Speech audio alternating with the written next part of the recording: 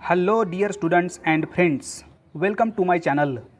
I am DC Katre, A-Star Institute of Mathematics, Goregaon district Gondia. Students, आज हम start करेंगे HSC mathematics part 1 का chapter number 3 trigonometric functions. ये chapter 12th class का एक बहुत ही इम्पोर्टेंट चैप्टर है। ओल्ड सिलेबस में इस चैप्टर की 4 मेन एक्सरसाइज और 3 मिसलेनियस एक्सरसाइज थी, बट न्यू सिलेबस में number of examples and number of exercise कम की गई है। कॉन्सेप्ट वही पुराने हैं, कुछ एग्जाम्पल्स नए ऐड किए हैं, कुछ एग्जाम्पल्स डिलीट किए गए हैं और हमें यहाँ पर कुल मिला के 4 एक्सरसाइज स्टडी करनी है। उसमें से मेन एक्सरसाइज 3.1, 3.2, 3.3 और लास्ट में है मिसलेनियस एक्सरसाइज 3। तो हम 1 बाय 1 सभी टॉपिक्स को कवर करेंगे, तो आखिर तक बने रहिए। चैप्टर नंबर 3 ट्रिग्नोमेट्रिक फंक्शन में हमें टॉपिक पढ़ना है सबसे पहले trigonometric equations and their solutions. इसका बेसिक भी हम यहाँ पर देखेंगे, ट्रिग्नोमेट्रिक फंक्शन का बेसिक। और इसके बाद है exercise number 3.1। The next topic is solutions of a triangle. इसमें कुछ छोटे छोटे टॉपिक्स दिए हुए हैं, जैसे polar coordinates, relation between the polar coordinates and the Cartesian coordinates, solving a triangle, the sine rule, cosine rule, projection rule, and applications of the sine rule, cosine rule and projection rule. इसके बाद है exercise number 3.2. Then last topic is inverse trigonometric functions. Inverse trigonometric functions इसके बाद है exercise number 3.3 और सभी के last में है miscellaneous exercise 3। Students, lecture number 1 में हम स्टडी करेंगे trigonometric equations and their solutions. But ये ट्रिग्नोमेट्रिक इक्वेशन स्टार्ट करने के पहले ट्रिग्नोमेट्रिक फंक्शन का जो कुछ बेसिक है वो हम सबसे पहले देखेंगे। ट्रिग्नोमेट्रिक फंक्शन ये जो चैप्टर है, इसके जो कॉन्सेप्ट है ये आपके लिए टोटली नए नहीं होंगे। इसके पहले हम ये चैप्टर को स्टडी कर चुके हैं 9th क्लास में, 10th क्लास में, उसके बाद 11th क्लास में, और 11th क्लास का जो एडवांस पार्ट है वो 12th क्लास में हमें दिया गया है। तो चलिए, ट्रिग्नोमेट्रिक फंक्शन बोलने के पहले हमें एक वर्ड ध्यान आता है जो है ट्रिग्नोमेट्री। अब ट्रिग्नोमेट्री क्या है? ट्रिग्नोमेट्री बोलने के बाद हमें एक नज़र आता है ट्रायंगल, कम से कम ट्रायंगल तो नज़र आता है। और ट्रायंगल बोलने के बाद ट्रायंगल में क्या होते हैं? ट्रायंगल में साइड्स होते हैं और ये एंगल्स होते हैं, ठीक है ना।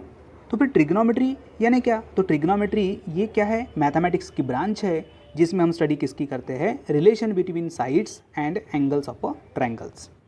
डेफिनेशन पता है, किसी ने भी पूछा बताते आना चाहिए। उसके बाद ट्रिग्नोमेट्रिक फंक्शन क्या होगा? हमें sine cos tan cot sec cosec, ये क्या है? फंक्शन है। और इन फंक्शन को यदि हम थीटा लगाते हैं, मतलब एंगल एंड इट्स मेजरमेंट, ये चैप्टर 11th क्लास में फर्स्ट नंबर पे दिया गया है, तो उसका बेसिक आप वहाँ पे स्टडी कर सकते हो। एंगल को हम थीटा से रिप्रेजेंट करते हैं, और जब हम यहाँ पर sine cos tan cot sec cosec को जब थीटा लगाते हैं तो जो फंक्शन क्रिएट होते हैं उन्हें कहते हैं trigonometric function. Means trigonometric function is the function of an angle. Okay, next, अब ये ट्रिग्नोमेट्रिक फंक्शन को सर्कुलर फंक्शन भी कहा जाता है। ट्रिग्नोमेट्रिक फंक्शन को सर्कुलर फंक्शन भी कहा जाता है, बिकॉज अभी क्यों कहा जाता है उसका भी एक कॉन्सेप्ट है। जैसे कुछ फंक्शन है sine and cosine. Sine and cosine are defined as a coordinate point travelling around the unit circle. जो यूनिट सर्कल है, यहाँ से हम साइन कॉस ये जो फंक्शंस है इनको हम फाइंड आउट कर सकते हैं, उन्हें डिफाइंड कर सकते हैं। इसीलिए ट्रिग्नोमेट्रिक फंक्शन को सर्कुलर फंक्शन भी कहा जाता है। अब देखिए, हमने एक सर्कल में, यूनिट सर्कल में एक ट्रायंगल बनाया है। साइड में आप देख सकते हैं यूनिट सर्कल, और यहाँ पे एक ट्रायंगल है OMP, जिसमें ये पॉइंट P है। अब कोई भी पॉइंट यदि हम बोलते हैं तो हमें पता है कि x coordinate and y coordinate रहता है। तो point P x coordinate x and ये y कोऑर्डिनेट, मतलब ये जो पॉइंट है ये x एक्सिस के ऊपर एंड y एक्सिस के ऊपर जो कॉमन डिस्टेंस पे होता है वो हम यहाँ पर रिप्रेजेंट कर रहे हैं, ठीक है, पॉइंट x एंड y। अब ये जो OM है इसे हम रिप्रेजेंट कर रहे हैं x से। एंड ये जो पी एम है इसे हम रिप्रेजेंट कर रहे हैं वाई से, और ये जो ओ पी है ये है इस सर्कल की रेडियस जिसे हम रिप्रेजेंट करेंगे आर। ठीक है, समझ में आ गया। O M X, P M Y and radius O P equals to R. और ये जो एंगल क्रिएट हो रहा है इसे हम कहते हैं थीटा। अब पॉइंट को दो सिस्टम में हम रिप्रेजेंट कर सकते हैं, एक तो कार्टेशियन कोऑर्डिनेट्स में या फिर पोलर कोऑर्डिनेट्स में। एंड कार्टेशियन कोऑर्डिनेट्स में एक्स वाई से रिप्रेजेंट करते हैं एंड पोलर कोऑर्डिनेट्स में आर थीटा से रिप्रेजेंट करते हैं। ये टॉपिक हम आगे पढ़ने वाले हैं और इसका बेसिक हम 11th क्लास में भी स्टडी कर चुके हैं। ठीक है, आपको सिंपल याद रखना है कि point X Y and R theta से रिप्रेजेंट किया जाता है। इनके बीच में क्या रिलेशन है ये भी हम आगे देखने वाले हैं। इतना समझ में आ गया। चलिए अब हम कॉन्सेंट्रेट करते हैं इस ट्रायंगल की तरफ। ये triangle O M P.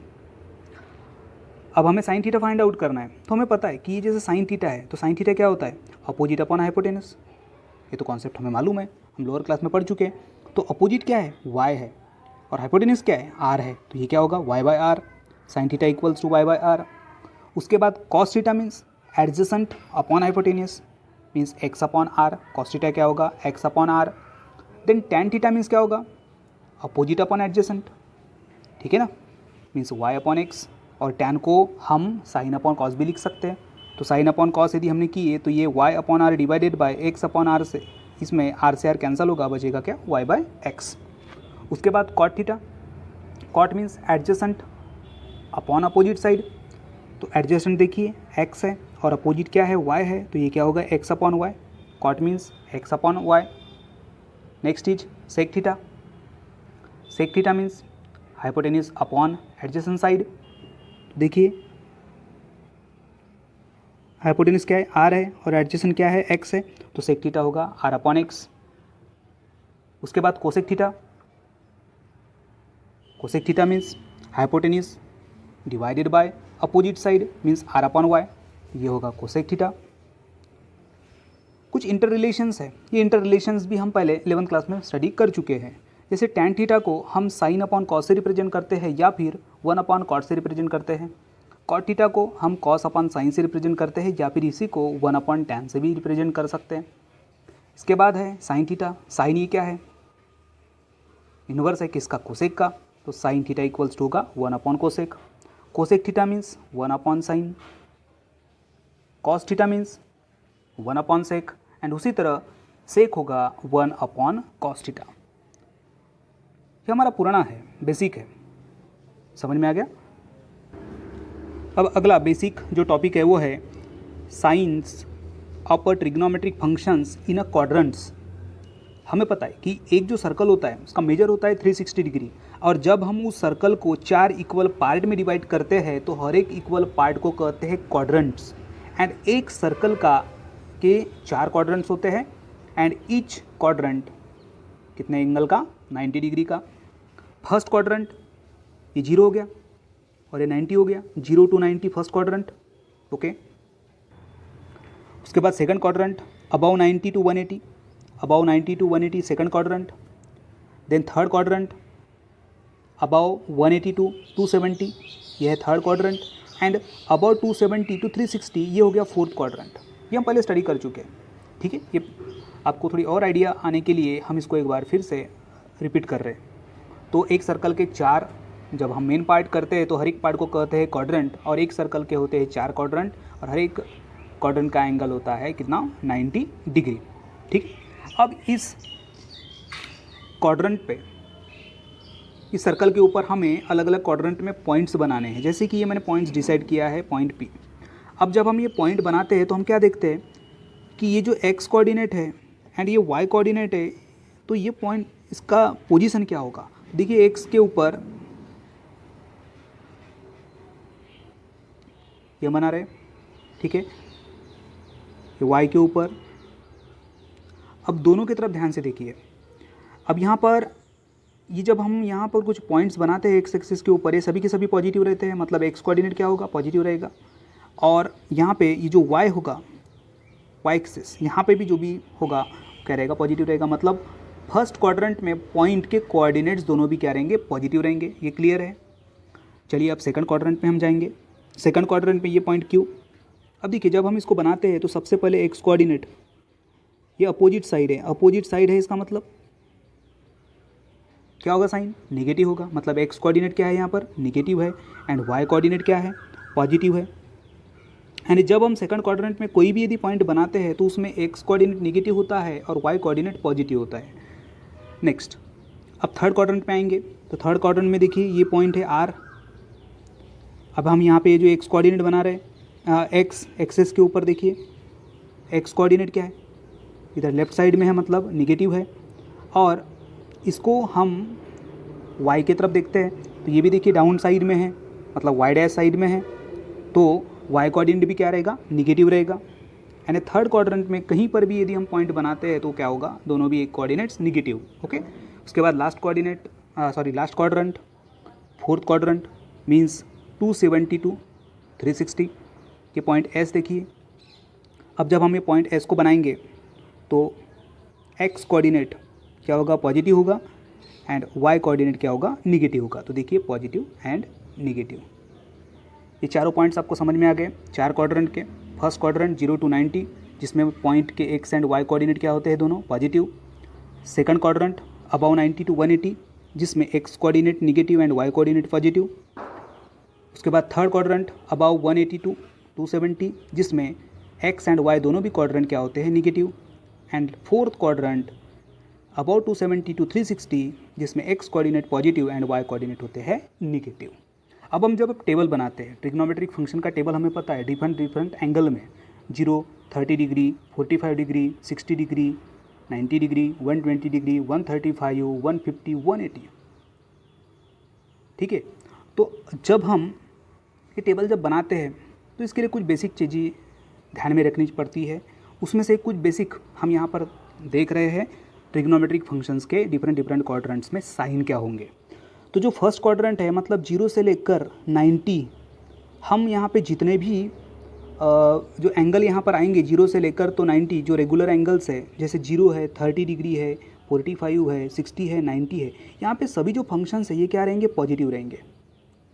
Okay, मतलब फर्स्ट क्वाड्रेंट में all trigonometric functions are positive. उसके बाद सेकंड क्वाड्रेंट की हम बात करेंगे, अबाउ 90 to 180, इसमें कौन से एंगल्स आते हैं, 120, 135, 150 एंड 180। इसमें साइन एंड कोसेक पॉजिटिव रहेंगे और जो अदर है मतलब कॉस, टैन, कॉट, सेक, ये क्या रहेंगे, निगेटिव रहेंगे।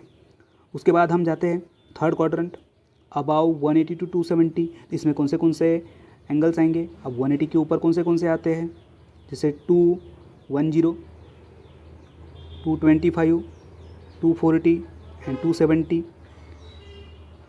तो यहाँ पर टैन एंड कॉट ये पॉजिटिव होंगे और अदर निगेटिव होंगे, कहाँ पर, थर्ड क्वाड्रेंट में।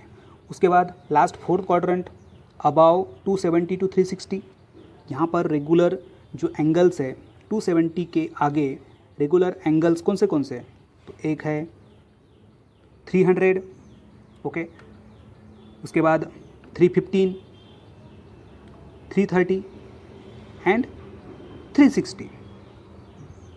तो जब हम इन क्या बोलेंगे एंगल्स के ऊपर ट्रिग्नोमेट्रिक फंक्शंस फाइंड आउट करेंगे तो वहाँ पर जो कॉस है और सेक है ये पॉजिटिव रहेंगे, और इसके अलावा जो अदर है मतलब sine, tan, cot and cosec ये क्या रहेंगे, निगेटिव रहेंगे। अब एक्चुअली में ये कैसे पॉजिटिव और कैसे निगेटिव होते हैं ये हम एक चार्ट के फॉर्म में देखने वाले हैं, और ये चार्ट बनाने की टेक्निक ये मैं 11th क्लास में अपने स्टूडेंट्स को बताता हूँ।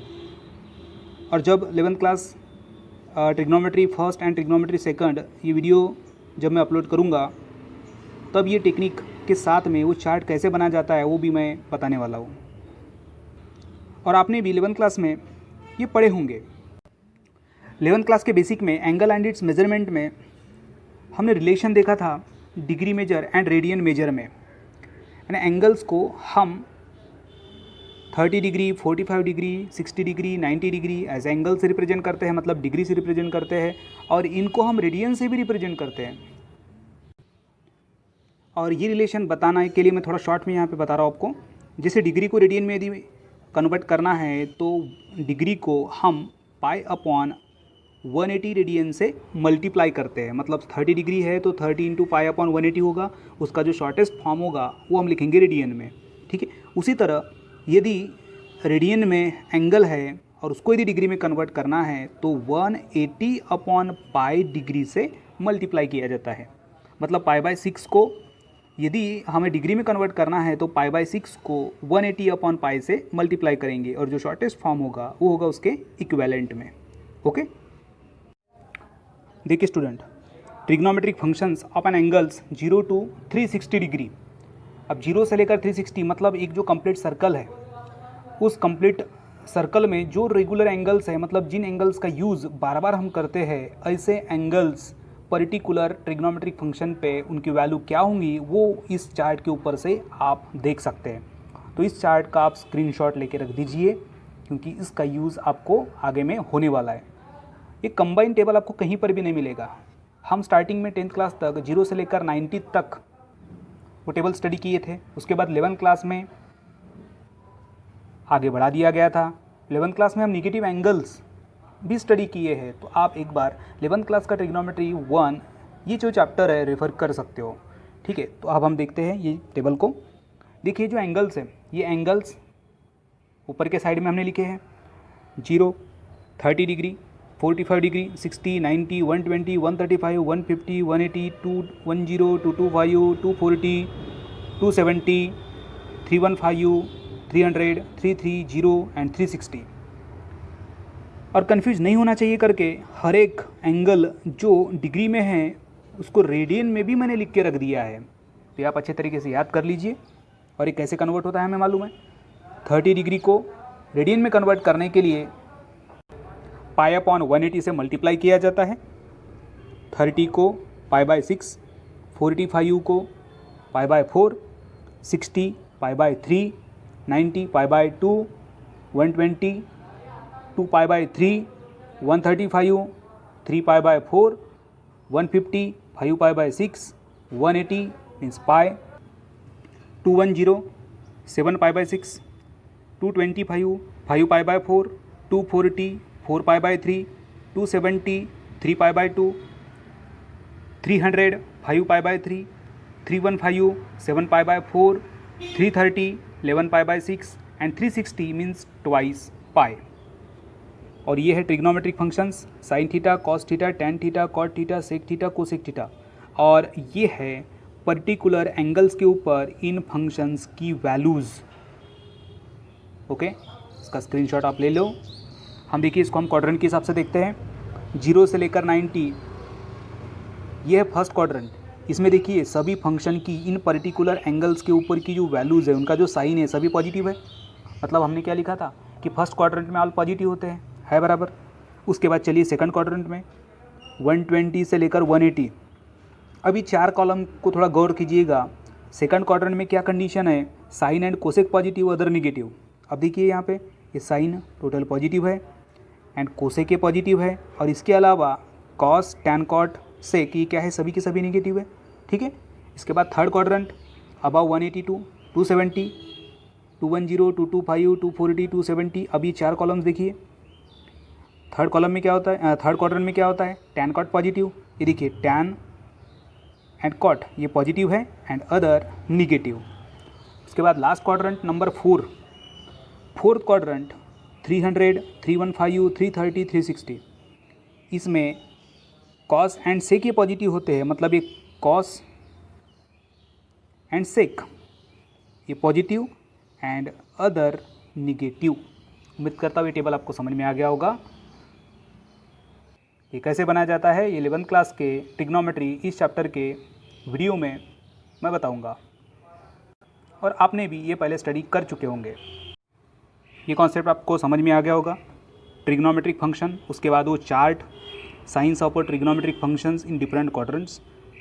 अब हम जाते हैं नेक्स्ट बेसिक टॉपिक की तरफ। कुछ टाइप्स इक्वेशंस के, मतलब सम टाइप्स ऑफ इक्वेशंस। अब इक्वेशन किसे कहते हैं हमें मालूम है। इक्वेशन बोलने के बाद इक्वल साइन आता है, मतलब लेफ्ट में कुछ रहेगा राइट में कुछ रहेगा, ये तो पता है ना। और एक्सप्रेशन है तो इक्वल में कुछ भी नहीं रहेगा, ओनली लेफ्ट हैंड साइड रहेगा, बट इक्वेशन में इक्वल होता है। चलिए कुछ टाइप्स हम देखते हैं। जैसे लीनियर इक्वेशन। अब लीनियर इक्वेशन में 1 वेरिएबल भी हो सकते हैं, 2 वेरिएबल भी हो सकते हैं। जैसे वन वेरिएबल वाली लीनियर इक्वेशन कौन सी, twice x plus 5 equals to 0। अब देखिए यहाँ पर एक सिंगल वेरिएबल है मतलब x है, twice x plus 5 equals to 0, तो ये है लीनियर इक्वेशन अब वन वेरिएबल। उसके बाद twice x plus 3y equals to 6, यहाँ पे देखिए x और y ये दो वेरिएबल है, मतलब ये है linear equation of two variables. Okay, next is quadratic equation. जो इक्वेशन है इसमें जो हाईएस्ट पावर होता है वेरिएबल का, सबसे हाईएस्ट पावर यहाँ पे क्या है 2 है, मतलब इस इक्वेशन की डिग्री क्या है 2 है। तो ऐसी इक्वेशन जिसकी डिग्री 2 होती है उसे हम कहते हैं क्वाड्रेटिक इक्वेशन। द नेक्स्ट, जिसकी डिग्री 3 होती है ऐसे इक्वेशन को हम कहेंगे क्यूबिक इक्वेशन, एंड जिसकी डिग्री 4 होती है ऐसे इक्वेशन को कहेंगे क्वार्टिक इक्वेशन। ठीक है ना, ये हम पहले भी स्टडी कर चुके लोअर क्लासेस में। तो बताने का मतलब ये है कि ये जो इक्वेशंस है, ये जो एक्स वाई है, ये क्या है वेरिएबल्स है, और इस इक्वेशंस को हम सॉल्व कर सकते हैं, और सॉल्व करने के बाद जो आंसर आता है वो क्या होता है इन इक्वेशंस का सोल्यूशन। ओके, तो देखिए कुछ इक्वेशन है, जैसे twice x plus 5 equals to 0, ये गिवन है, ये एक इक्वेशन गिवन है, और जब हम इसको सॉल्व करेंगे तो क्या होगा, ट्वाइस एक्स इक्वल्स टू -5 होगा, देन x इक्वल्स टू -5/2, मतलब ये जो x इक्वल्स टू -5/2 है ये क्या हो गया इस लीनियर इक्वेशन का सोल्यूशन है ना। और लीनियर बोलने के बाद में सिंगल लाइन, ये तो हमको पता है, जब हम ग्राफ पे बनाते हैं लीनियर इक्वेशन प्लॉट करते हैं तो वहाँ पे सिंगल लाइन होती है। उसके बाद हम जाते हैं टू वेरिएबल्स वाले, देखो twice x plus 3y equals to 6, ये गिवन है, और यहाँ से यदि हमको x एंड y की यदि वैल्यूज़ निकालना है तो बहुत सारी हो सकती है। Number of its solutions are infinite. अब कैसे इनफाइनाइट है देखिए, अब twice x plus 3y equals to 6, मतलब हमको ऐसा x और ऐसा y लेना है जिसका एडिशन ये 6 आना चाहिए। सबसे पहले हम देखते हैं x इक्वल्स टू 0, तो ये क्या होगा 0 प्लस, अब 0 प्लस है तो यह y के बराबर क्या होगा 2 होगा, यानी जब हम x equals to 0 and y equals to 2 लेते हैं तब twice x plus 3y equals to 6 होता है। ओके, उसके बाद x equals to 3 and y equals to 0 लेने पर भी ये 6 आता है। उसी तरह x इक्वल्स टू 1, यहाँ 1 लेंगे, एंड y इक्वल्स टू 4/3 लेंगे तो 2 + 4 होता है 6। उसी तरह x equals to 1/2 and y equals to 5/3, तब भी ये होता है 6। ऐसे बहुत सारे हम x एंड y की वैल्यूज़ रख सकते हैं, मतलब x and y has infinite values. Okay, ये समझ में आ गया। एंड यहाँ पर देखिए कोई भी इक्वेशन का सॉल्यूशन या तो फाइनाइट होगा या फिर इनफाइनाइट होगा, समझ में आ रहा है, कोई भी इक्वेशन का सॉल्यूशन ये या तो फाइनाइट होगा या फिर इनफाइनाइट होगा। तो यही है हमारा concept trigonometric equation and their solutions का। ओके, इक्वेशन कोई भी हो उसका सॉल्यूशन या तो फाइनाइट होता है या फिर इनफाइनाइट होता है। ठीक है ना, चलिए अब हम देखते हैं हमारे मेन टॉपिक की तरफ, trigonometric equations and their solutions. तो सबसे पहले ट्रिग्नोमेट्रिक इक्वेशन की डेफिनेशन। अब ट्रिग्नोमेट्रिक इक्वेशन में दो वर्ड है, एक तो ट्रिग्नोमेट्रिक और दूसरा है इक्वेशन। ऐसी इक्वेशन जिसमें ट्रिग्नोमेट्रिक फंक्शन इन्वॉल्व होते हैं, बहुत ही क्लियर और बहुत आसान डेफिनेशन है कि ऐसी इक्वेशन जिसमें ट्रिग्नोमेट्रिक फंक्शन इन्वॉल्व होते हैं उसे कहते हैं ट्रिग्नोमेट्रिक इक्वेशन। देखिए इसको डिफाइन करते हैं, an equation involving trigonometric function is called trigonometric equation. अब देखिए कुछ example, sine theta equals to 1/2, equal आ गया मतलब ये इक्वेशन हो गई है। साइन थीटा ये ट्रिग्नोमेट्रिक फंक्शन है तो इसे इक्वेशन को क्या कहेंगे trigonometric equation. Cos theta equals to √3/2, ये भी हो गई trigonometric equation. Cos 3 theta equals to cos 5 theta, यहाँ पे देखिए ये ट्रिग्नोमेट्रिक फंक्शंस है और इक्वल होने की वजह से ये इक्वेशन है, तो ऐसे इक्वेशन को हम क्या कहेंगे ट्रिग्नोमेट्रिक इक्वेशन। समझ में आ गया। फिर से एक बार मैं डेफिनेशन क्लियर करा के दे रहा हूँ, ट्रिग्नोमेट्रिक इक्वेशन मीन्स ऐसी इक्वेशन जिसमें ट्रिग्नोमेट्रिक फंक्शन क्या होते हैं इन्वॉल्व होते हैं। अब ऐसे इक्वेशन का सोल्यूशन कैसे निकालते हैं, solution of a trigonometric equation किसे कहेंगे, solution of a trigonometric equation. अब हमें पता है कि ट्रिग्नोमेट्रिक इक्वेशन में जो फंक्शन है वहाँ पर वेरिएबल होता है, मतलब थीटा दे दिया, एंगल दे दिया, मतलब वो क्या हो गया वेरिएबल हो गया। और जब हम ऐसे वेरिएबल फाइंड आउट करेंगे, ऐसे वेरिएबल की वैल्यू फाइंड आउट करेंगे जो उस गिवन कंडीशन को सेटिस्फाई करता होगा, तो ऐसे सॉल्यूशन को हम क्या कहेंगे उस ट्रिग्नोमेट्रिक इक्वेशन का सॉल्यूशन। समझा। a value of a variable in a trigonometric equation which satisfies the equation is called solution of the trigonometric equation. चलिए कुछ एग्जांपल देखते हैं. sin x equals to 1/2. अब यहाँ पर वेरिएबल क्या है, x है, मतलब यहाँ पर हमको x की वैल्यू फाइंड आउट करना है. Okay, sin x equals to 1/2, sin x equals to 1/2. अब हम देखते हैं जो हमारे पास चार्ट है, उस चार्ट में अब x की वैल्यू निकालना है तो साइन के इक्विवेलेंट वाला एक एंगल चाहिए जिसकी वैल्यू 1/2 होंगी. तो जब हम चार्ट रेफर करते हैं तो साइन π/6 ये ऐसा एक फंक्शन है जिसकी वैल्यू 1/2 होती है. तो देखिए x के बराबर क्या होगा, π/6 होगा. मतलब x equals to π/6 is the solution of trigonometric equation sine x equals to 1/2. Next example is cos alpha equals to 1/2 and we know that cos π/4 it is equals to 1/2. Therefore alpha equals to π/4 and alpha equals to π/4 is the solution of cos alpha equals to 1/√2. अब यहाँ पर हमने solution find out की और मैंने जब भी बताया था कि सोल्यूशन या तो फाइनाइट या फिर इनफाइनाइट होते हैं. एन अलजेब्रिक इक्वेशन और trigonometric equation can have either finite number of solutions और इनफाइनाइट नंबर ऑफ सोल्यूशन. वही बात जो हम जब भी देखे थे, या तो सोल्यूशन फाइनाइट होंगे या फिर इनफाइनाइट होंगे. तो चलिए अब हम देखते हैं types of solutions. Next topic is types of solutions.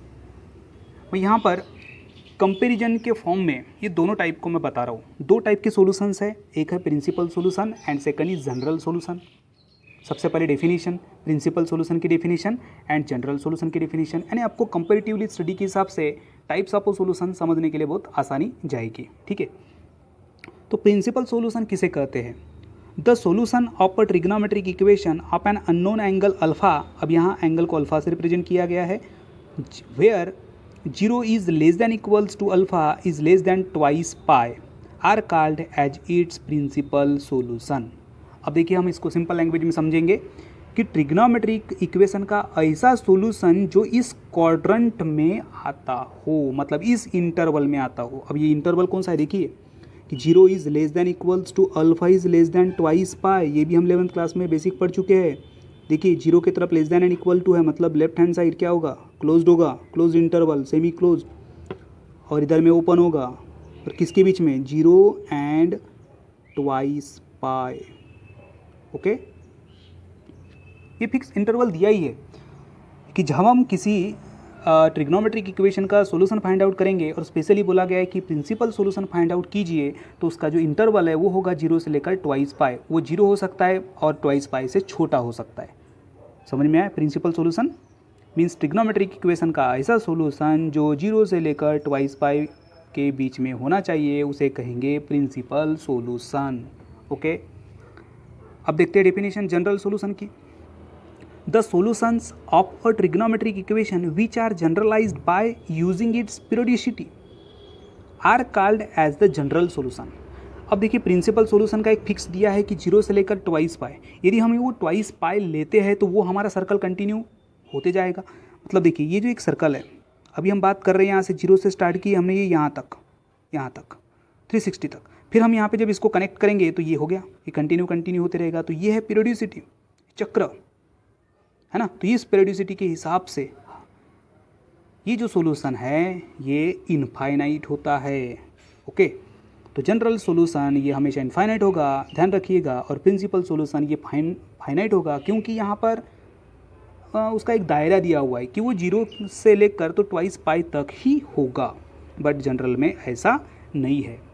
देखिए प्रिंसिपल में हमने लिखे भी है कि this types of solution may be finite in a number, and general में लिखे है this type of solutions may be infinite in numbers, और उसे रिप्रेजेंट करते हैं n से, n belongs to z and means n is an integer. चलिए दोनों का एक छोटा एग्जाम्पल देखते हैं समझने के लिए. साइन x इक्वल्स टू 1/2 इधर भी है, बट दोनों में क्वेश्चन जो पूछा गया है वो डिफरेंट है. यहाँ पे बुलाया गया प्रिंसिपल सॉल्यूशन फाइंड आउट कीजिए और यहाँ पे जनरल सॉल्यूशन फाइंड आउट कीजिए. अब हमें पता है कि साइन π/6 इक्वल्स टू 1/2 होता है एंड साइन 5π/6 इक्वल्स टू भी 1/2 होता है. ओके ना. अब 5π/6 यानी कितना डिग्री होगा, अब डिग्री के हिसाब से किए तो चलो हम इसको कन्वर्ट करके देखते हैं. 5π/6 मैंने बताया था रेडियन को डिग्री में कन्वर्ट करना है तो 180/π से मल्टीप्लाई किया जाता है. पाई से पाई कैंसिल होगा, 180/6 क्या होगा, 30 है ना, एंड 5 इंटू 30 कितना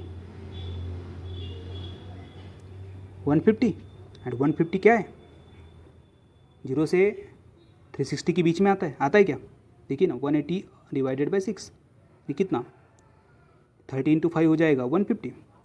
ओके क्लियर है, ठीक है ना।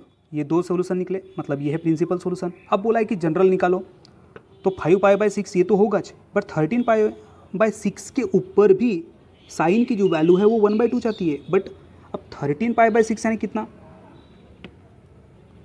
13π/6 180/π यदि हम फाइंड आउट करते हैं तो पाई से पाई कैंसल, ये होगा 13 इंटू 30। अब 13 इंटू 30 यानी कितना 390 डिग्री। अब 390 मतलब हमें पता है कि 360 से बड़ा है, मतलब वो हो गया, सर्कल घूम के चले गया वो, है ना। सर्कल घूम के जब चले गया तो इसके जो और आगे भी हो सकता है, इनफाइनाइट हो सकते हैं। इसीलिए हम जनरल सॉल्यूशंस जब फाइंड आउट करते हैं तो यहाँ पर एन का यूज करते हैं, n belongs to Z.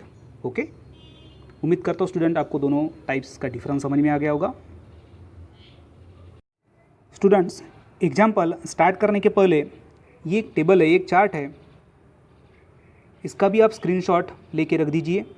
Trigonometric functions of allied angles 90 या 90 के मल्टीपल में सम या डिफरेंस के फॉर्म में जो एंगल्स होते हैं उसे हम अलाइड एंगल्स कहते हैं।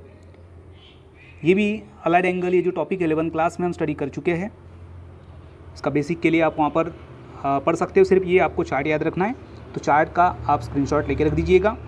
यह है अलाइड एंगल्स, -θ, π/2 -θ, π/2 + θ, π - θ, π + θ, 3π/2 -θ, 3π/2 + θ, 2π - θ, 2π + θ, और ये ट्रिग्नोमेट्रिक फंक्शंस है। cos π/2 - θ it is equals to होता है sin θ, इस तरह हम देख सकते हैं। जैसे tan π + θ निकालना है तो ये tan और π + θ इसका कॉमन क्या आएगा tan θ, मतलब tan π + θ इक्वल्स टू होता है tan θ। इसका स्क्रीनशॉट आप लेके रख दीजिए। इसके बाद हम देखेंगे प्रिंसिपल सॉल्यूशन कैसे फाइंड आउट किए जाते हैं, और जनरल सॉल्यूशंस की क्या कुछ स्पेशल कुछ फार्मूला है क्या जिसका यूज़ करके हम जनरल सॉल्यूशन को फाइंड आउट किया जा सकता है, वो हम देखेंगे अब आगे। Example is find the principal solution of cos θ equals to 1/2। Find the principal solution of cos θ equals to 1/2। cos θ equals to 1/2 इसका फाइंड आउट करना है प्रिंसिपल सॉल्यूशन। ये टेक्निक सिर्फ आपको याद रखना है कि सॉल्व कैसे किया जाता है। आपको याद यानी आपको ये टेक्निक यदि याद हो जाती है तो प्रॉब्लम सॉल्व करने के लिए कोई भी नहीं दिक्कत जाएंगी। ओके, तो देखिए सबसे पहले हमें क्या निकालना है, cos θ इक्वल्स टू 1/2 का प्रिंसिपल सॉल्यूशन। और एक सॉल्यूशन हमें पता होता है, जैसे cos θ है इक्वल्स टू 1/2 है, तो cos का एक ऐसा एंगल होगा जिसकी वैल्यू 1/2 होंगी।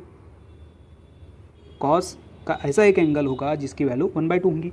और हमें पता है कि क्या होगा cos के लाइन में, देखिए चार्ट में cos कितना है 1/2 π/3, यानी हम 1/2 के बराबर क्या लिखेंगे cos π/3। देखिए cos π/3 equals to 1/2, theta equals to क्या होगा π/3 होगा, थीटा इक्वल्स टू π/3, और ये 0 से 2 पाई के बीच में बिलोंग करता है, इसलिए हम यहाँ साइड में लिख रहे हैं such that 0 is less than π/3 is less than 2 pi. Step समझ में आ गई। सबसे पहले वी नो दैट जो भी दिया है cos के बराबर कौन सा ऐसा एंगल है जो 1/2 के बराबर उसकी वैल्यू होती है, तो वो होगा थीटा के बराबर। अब हमें और इसका कोई सोल्यूशन निकलता है क्या, वो सोल्यूशन हमें चेक करने के लिए यूज़ करना होगा अलाइड एंगल। अब अलाइड एंगल चेक करते वक्त हमारी रिस्ट्रिक्शन है 0 से लेकर 2 पाई तक ही होना चाहिए, मतलब 2 पाई माइनस एंगल हो सकता है, 2 पाई प्लस नहीं हम ले सकते। ओके, तो 2 पाई माइनस। अब देखिए हमें क्या दिया गया है, cos θ दिया गया है, और हमें अलाइड एंगल का यूज करना है, और अलाइड एंगल का टेबल हम अभी देख चुके हैं। 90 या 90 के इंटीग्रल मल्टीपल में सम डिफरेंस जहाँ होता है उसे हम अलाइड एंगल्स कहते हैं। देखिए अलाइड एंगल का अभी हम टेबल यहाँ पर देखते हैं। क्या चेक करना है वहाँ पर, cos का ऐसा कौन सा एंगल है जिसके बराबर cos θ होता है। देखिए cos के लाइन में कॉस का, अब ये तो एक एंगल है तो ये तो उसमें हम काउंट नहीं करेंगे। इसके आगे कॉस का ऐसा कौन सा एंगल है जिसके बराबर कॉस थीटा होता है? ये देखिए, ये कॉस थीटा दिख रहा है किसके ऊपर? ट्वाइस पाई माइनस थीटा, मतलब cos twice pi minus theta equals to cos theta. Okay, तो कौन सा एलाइड एंगल हम लेंगे? कॉस twice pi minus theta equals to cos थीटा। ठीक है, also by using the allied angle cos 2 pi minus theta equals to cos theta, and cos theta equals to कितना दिया हुआ है? 1/2। अभी हमने ऊपर जो थीटा फाइंड आउट किए हैं π/3, ये हम यहाँ पे पुट कर देंगे थीटा के बराबर। देखिए पुट कर दिए, कॉस ट्वाइस पाई माइनस π/3 है ना। अब इसको हम जब सॉल्व करेंगे तो क्रॉस मल्टीप्लिकेशन होता है, तो 3 इंटू 2 पाई 6 पाई, 6 माइनस 1 5 पाई, यानी कॉस 5π/3। ये किसके बराबर होगा? कॉस थीटा के। कॉस के बराबर cos, then theta equals to 5π/3 radian. देखिए थीटा इक्वल्स टू 5π/3 रेडियन। अब 5π/3 ये 0 और ट्वाइस पाई के बीच में बिलोंग करता है। अब कैसे बिलोंग करता है? हम इसको डिग्री में भी देख सकते हैं। जैसे 5π/3 है, इसको डिग्री में कन्वर्ट करना है तो 180/पाई डिग्री से मल्टीप्लाई करेंगे, पाई से पाई कैंसल, 180 डिवाइडेड बाय 3 मतलब 60, और 5 इंटू 60 इक्वल्स टू 300, एंड 300 मतलब 360 से छोटा है, एंड ये भी हमारा सोल्यूशन सही है। अब इसके बाद के जो भी सोल्यूशन निकलेंगे वो 360 से बड़े होंगे, और हमें क्या निकालना है? प्रिंसिपल, मतलब हमारा कहाँ तक सोल्यूशन निकलना चाहिए? 360 तक ही निकलना चाहिए, उससे छोटा निकलना चाहिए। तो यहाँ पे दो सोल्यूशन निकले, एक π/3 and 5π/3, hence required principal solutions are x equals to π/3 and x equals to 5π/3। Solve करने की टेक्निक आप फिर से एक बार देखिए, क्योंकि इसी टाइप से आपको प्रॉब्लम को सॉल्व करना है। सबसे पहले जो हमको एंगल पता है वो 1/2 के बराबर दिखाओ, जो भी मिलेगा उसको 0 से ट्वाइस पाई के बीच में लिखना है। ये इंपॉर्टेंट स्टेप है, ये हमको दिखाना होगा। ओके, उसके बाद सेकंड सॉल्यूशन निकालने के लिए हम यूज करते हैं अलाइड एंगल का।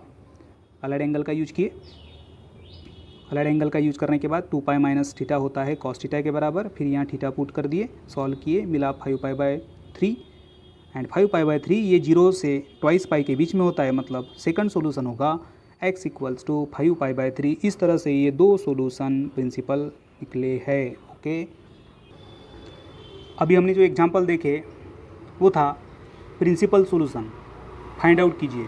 अब यदि क्वेश्चन है कि जनरल सॉल्यूशन फाइंड आउट कीजिए, तो उसके लिए कि शॉर्ट ट्रिक हम कह सकते हैं। शॉर्ट ट्रिक, ट्रिग्नोमेट्रिक इक्वेशंस यदि इस स्पेशल फॉर्म में यदि आते हैं तो ऐसे वक्त उसका जनरल सॉल्यूशन हमें इन फॉर्म में लिखना होगा। मतलब बहुत आसान है, सिर्फ हमको ये थोड़ा याद रखना पड़ेगा।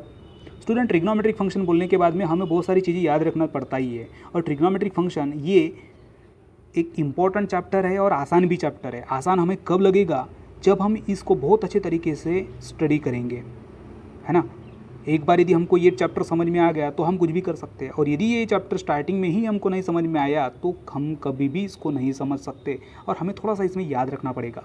सबसे पहले तो टेबल्स याद रखने होंगे, है ना, दोनों टेबल्स 0 से लेकर 360 का, एक अलाइड एंगल का, और उसके बाद ये जनरल सॉल्यूशन का कुछ ये शॉर्ट ट्रिक है।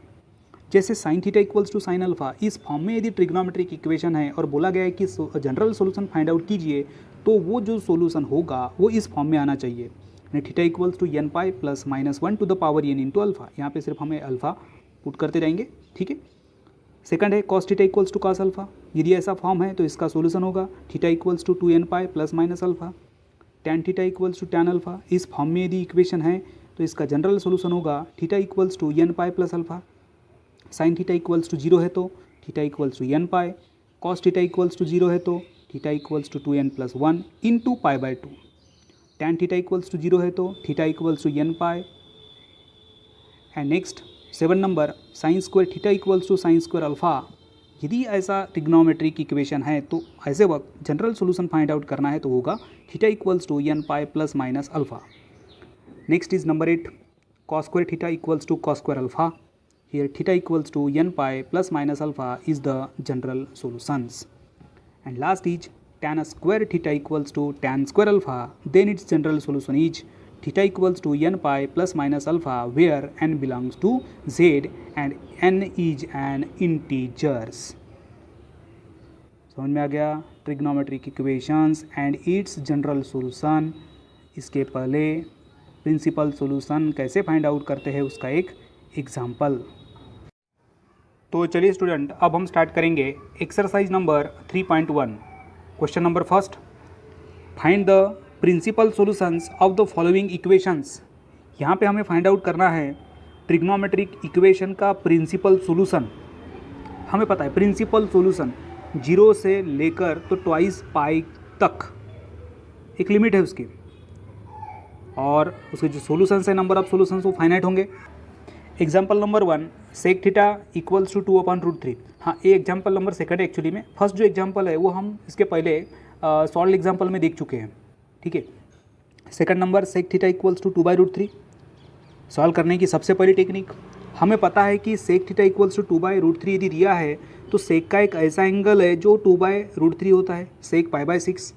हम चेक कर सकते हैं, देखिए ये सेक π/6 इक्वल्स टू 2/√3। तो फिर थीटा इक्वल्स टू क्या होगा, π/6 होगा, और π/6 मतलब 30 डिग्री, जो 0 और ट्वाइस पाई के बीच में आता है। तो हम आगे लिख रहे हैं such that 0 is less than π/6 is less than twice pi, है ना। एक सोल्यूशन हमको मिल चुका है, थीटा इक्वल्स टू π/6। अब हमें सेकंड सोल्यूशन फाइंड आउट करने के लिए यूज़ करना होगा अलाइड एंगल का। तो by using the allied angle, क्या दिया है यहाँ पर, सेक थीटा दिया है, ओके, सेक थीटा दिया हुआ है, और हमें यूज़ करना है अलाइड एंगल का। तो सेक का ऐसा एक एंगल देखना होगा जो सेक थीटा के बराबर होता हो। तो चलिए अब हम देखते हैं सेक का ऐसा एक एंगल जो सेक थीटा के बराबर होता है। अलाइड एंगल का चार्ट यूज करेंगे। ये देखिए सेक की लाइन में ये सेक थीटा कहाँ पे मिल रहा है हमें, ट्वाइस पाई माइनस थीटा के ऊपर, मतलब sec twice pi minus theta equals to sec theta. देखो sec 2 pi minus theta equals to sec theta, and sec theta equals to कितना दिया है, 2/√3। अभी जो थीटा है यहाँ पर हम पुट करेंगे π/6। देखिए π/6 पुट कर दी थीटा के बराबर, क्रॉस मल्टीप्लीकेशन 12 पाई माइनस 1 पाई/6 मतलब 11 π/6। Sec 11 π/6 equals to sec theta, then theta equals to होगा 11 पाई/6। अब 11 पाई/6 मतलब कितना डिग्री, तो 11 पाई/6 इसको मल्टीप्लाई करेंगे 180/पाई डिग्री से, पाई से पाई कैंसल, 180/6 होगा 30, and 11 into 30 it is equals to 330 degree, and 330 degree 360 से छोटा है ना। तो such that 0 is less than 11 पाई/6 is less than twice pi. अब यहाँ पे दो सोल्यूशन हमको मिल चुके हैं, एक theta equals to π/6 and theta equals to 11 पाई/6। ये है रिक्वायर्ड प्रिंसिपल सॉल्यूशंस। समझ में आ गई स्टेप्स, बहुत आसान है। चलिए अब देखते हैं next example, cot theta equals to √3। Cot theta equals to √3 and we know that cot π/6 also equals to √3। जो हमने टेबल बनाए थे वहाँ पे देखते हैं कॉट π/6 के बराबर √3 आता है या नहीं आता। देखिए cot π/6 equals to √3, cot π/6 equals to √3, यानी जो √3 है इसके इक्विवेलेंट में हम कॉट π/3 लिख सकते हैं, ठीक है। तो फिर थीटा इक्वल्स टू क्या होगा, π/6 होगा, यानी ये एक हमको सोल्यूशन मिल गया, theta equals to π/6 such that 0 is less than π/6 is less than twice pi. Theta equals to क्या मिला, π/6। अब हमें निकालना है दूसरा सोल्यूशन, उसके लिए यूज़ करेंगे अलाइड एंगल का। तो कॉट का ऐसा कौन सा एंगल है जिसके बराबर कॉट थीटा होता है। चलिए अब हम देखते हैं चार्ट अलाइड एंगल का। कॉट की लाइन में हम देखेंगे कॉट थीटा कहाँ पर होता है, देखिए आगे बढ़ते रहे, ये पाई प्लस थीटा देखिए, तो cot pi plus theta equals to cot theta, cot pi plus theta equals to cot theta, यानी कॉट थीटा के बराबर हम क्या लिखेंगे, कॉट पाई प्लस थीटा। ये देखिए cot pi plus theta equals to cot theta, जो किसके बराबर है, √3 के। अब यहाँ पे थीटा के बराबर पुट कर देंगे π/6, पुट किए, सॉल्व करेंगे, 6 पाई प्लस 1 पाई मीन्स 7 पाई/6, कॉट 7 पाई/6 equals to cot theta, then theta equals to होगा 7 पाई/6 such that 0 is less than 7 पाई/6 is less than twice pi. दो हमें सोल्यूशन मिल चुके हैं, कैसे सॉल्व किए ये हमको मालूम है। Therefore required principal solutions are theta equals to π/6 and theta equals to 7 पाई/6। चलिए और एक एग्जांपल हम देखते हैं जिसके ऊपर से प्रिंसिपल सॉल्यूशन कैसे फाइंड आउट करते हैं ये कॉन्सेप्ट आपको टोटली क्लियर हो जाएगा। तो नेक्स्ट एग्जांपल नंबर 4, अब ध्यान दीजिएगा। Number 4, cot theta equals to 0। अब कॉट थीटा के बराबर क्या दिया है, 0 दिया है, तो हमें कॉट का ऐसा एक एंगल ढूंढना होगा जिसके बराबर 0 होता हो। तो we know that cot pi by 2 equals to 0। सही में ये है या नहीं है वो भी हम चेक कर सकते हैं, हमारे पास चार्ट दिया हुआ है। देखिए कॉट कितना है, 0 पाई बाय 2 मतलब 90, cot pi by 2 equals to 0। तो 0 के बराबर क्या लिखेंगे, कॉट पाई बाय 2। देखिए cot theta equals to 0 and we know that cot pi by 2 equals to 0। Therefore theta equals to pi by 2 मतलब 90 डिग्री, और वो बिलोंग करता है 0 से लेकर ट्वाइस पाई, इसलिए लिखे हमने such that 0 is less than pi by 2 is less than twice pi. तो ये हो गया एक सोल्यूशन। कैसे सॉल्व कर रहे हैं, एकदम स्टेप देखिए। सबसे पहले वी नो दैट जो दिया है वो जैसे के वैसे, और वही फंक्शन का ऐसा कोई एक एंगल है कि जिसकी वैल्यू वो 0 के बराबर होती है, तो है कॉट पाई बाय 2, तो थीटा इक्वल्स टू होगा पाई बाय 2। अब हमें सेकंड सोल्यूशन निकालने के लिए यूज़ करना होगा अलाइड एंगल का। तो by using the allied angle देखिए cot pi plus theta equals to cot theta. अब यहाँ पर कॉट थीटा हमें कब मिलेगा, ऐसा कौन सा एक एंगल है जिसके बराबर कॉट थीटा होता है, तो हमें पता है कि cot pi plus theta equals to cot theta होता है। वो चार्ट हम देख चुके हैं। देखिए चेक करने के लिए फिर से हम यहाँ पर देखेंगे chart, cot pi plus theta, देखिए ये cot pi plus theta equals to cot theta, देखिए cot pi by theta equals to cot theta, है ना, और ये किसके बराबर है, 0 के। अब थीटा के बराबर पुट करेंगे पाई बाय 2, और जब हम इसको सॉल्व करते हैं तो ये 2 पाई प्लस 1 पाई मतलब 3 pi by 2, 3 pi by 2 cot 3 pi by 2 it is equals to cot theta, therefore theta equals to 3 pi by 2। अब 3 पाई बाय 2 0 से लेकर ट्वाइस पाई के बीच में बिलोंग करता है। क्या होता है 3 पाई बाय 2, 270 डिग्री। ये कैसे निकालते हैं हमको मालूम है। 3 पाई बाय 2 को किससे मल्टीप्लाई करेंगे, 180 अपॉन पाई डिग्री से, पाई से पाई कैंसल, ये होगा 90, 3 into 90 it is equals to 270। Okay, तो theta equals to 3 pi by 2, ये एक दूसरा सोल्यूशन निकला। Therefore required principal solutions are theta equals to pi by 2 and theta equals to 3 pi by 2। Exercise number 3.1 का question number 2 हम study करेंगे lecture number 2 में। तो इसी के साथ लेक्चर नंबर 1 हम यहाँ पे फिनिश करते हैं। ये लेक्चर यदि आपको पसंद आया होगा तो हमारे इस वीडियो को लाइक कीजिए, और फर्स्ट टाइम हमारे चैनल को आप देख रहे होंगे तो चैनल को सब्सक्राइब कीजिए। इससे ये होगा कि आने वाले जो भी न्यू लेक्चर्स के नोटिफिकेशन है वो आपको मिलते जाएंगे। तो मैं DC कटरे अब आपको मिलूँगा लेक्चर नंबर 2 में।